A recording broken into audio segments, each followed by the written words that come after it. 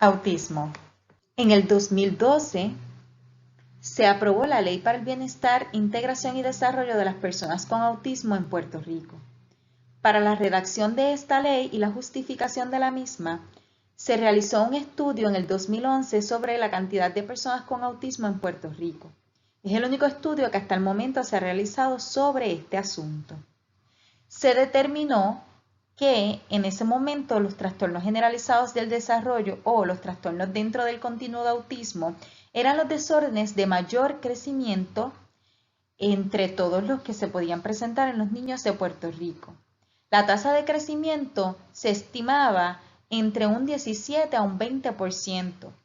Y también se señaló que había más niños diagnosticados con autismo que con cáncer, diabetes y SIDA pediátrico todos juntos.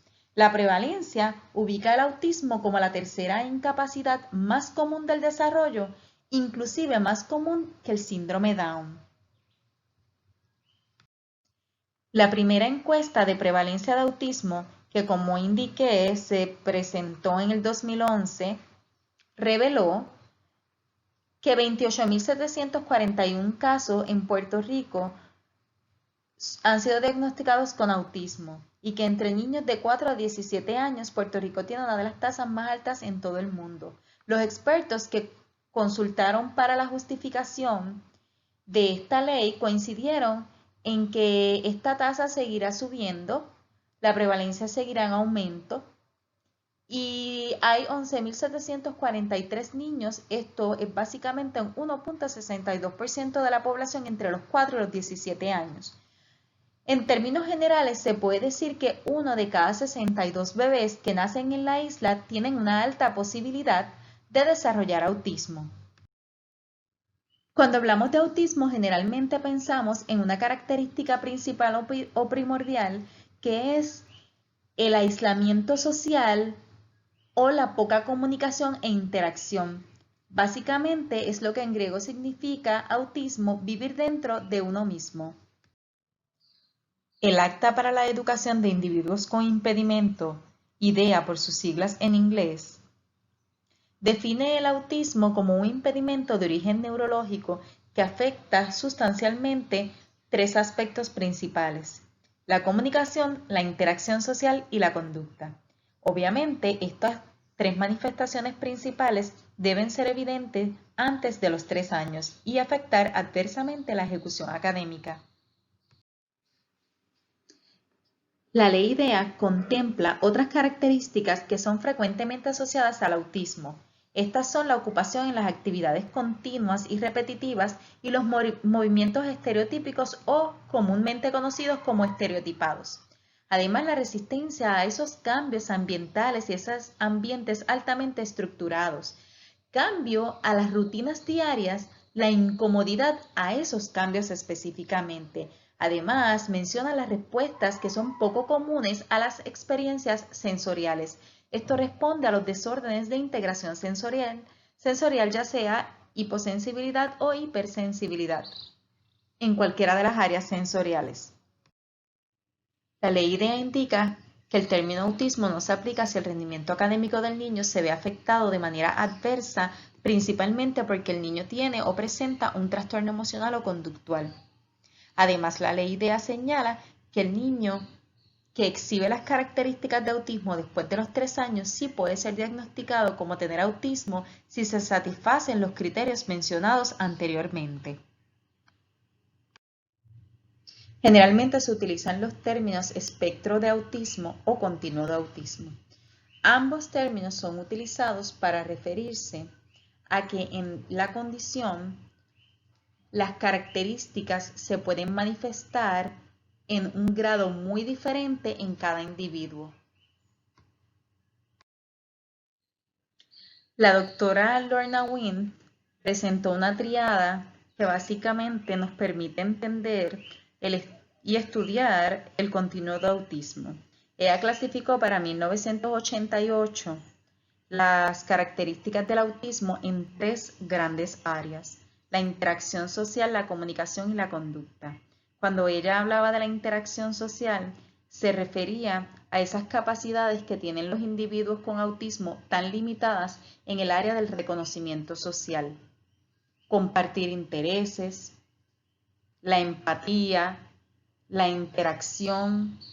En el ámbito de la comunicación, esos trastornos de la capacidad en términos de la comunicación social, entiéndase el lenguaje, los gestos, el lenguaje oral, el lenguaje escrito, todo lo que tenga que ver con la comunicación, inclusive el contacto visual.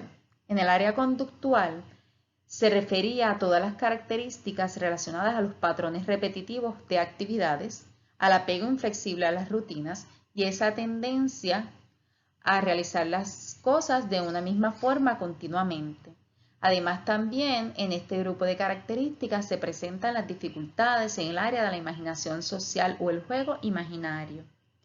Cabe señalar, ¿verdad?, que estas características son categorías de características, lo que quiere decir que son múltiples manifestaciones en cada una de las áreas. Por ejemplo, podemos señalar en el área conductual las conductas específicamente esquivas o conductas de autorregulación, que son conductas no usuales a las experiencias de respuestas no comunes a las experiencias sensoriales.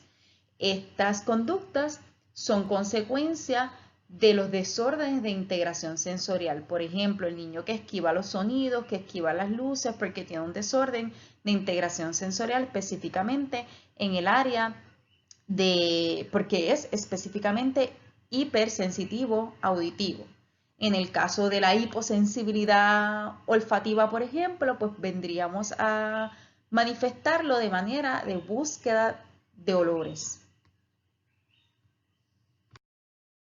Referente al diagnóstico, es importante señalar que debe ofrecerse por un equipo transdisciplinario, no multidisciplinario, sino transdisciplinario. La diferencia entre ambos es que un equipo transdisciplinario realiza la evaluación de manera simultánea.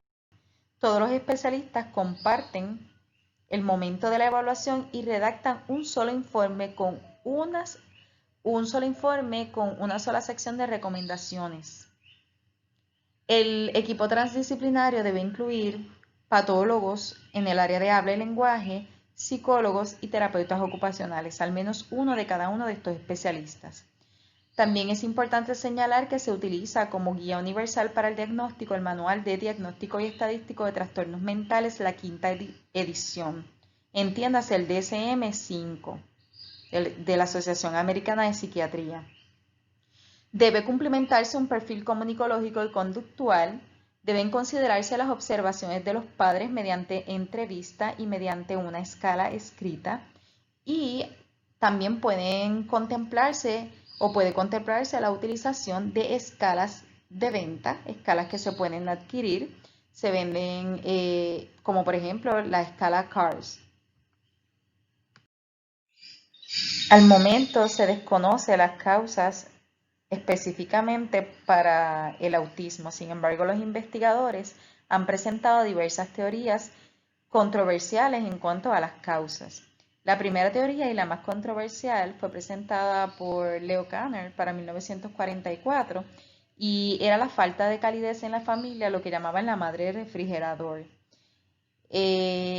Obviamente, esta causa no tenía base científica, por lo que fue descartada simplemente básicamente en 2 años. Se ha estudiado la vacuna triple viral de sarampión, rubiola, paperas. Otras vacunas que contienen el conservador timerosal mercurio también ha sido estudiado. Y hay evidencia de las diferencias del tamaño físico del cerebro en áreas específicamente que tienen que ver con el lenguaje. Por ejemplo, la irragación en el hemisferio izquierdo es diferente, el tamaño del cerebro también es diferente, entre otros aspectos estudiados referente a la estructura y anatomía del cerebro del niño con autismo. Y cabe mencionar que sí se descubrió la causa del síndrome de Rett, que es una mutación genética en el gen MSP2. Por eso esto es en el cromosoma X y por eso es un síndrome que se da solamente en las niñas. Mencionamos esto porque el síndrome de Rett fue clasificado hasta el 2013 dentro del continuo de autismo, según el Manual de Diagnóstico y Estadístico de Trastornos Mentales, cuarta edición.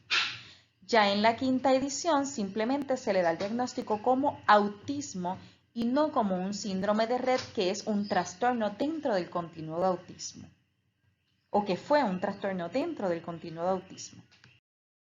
Aunque no se ha determinado una causa específica para el autismo, las investigaciones apuntan a unos factores causales.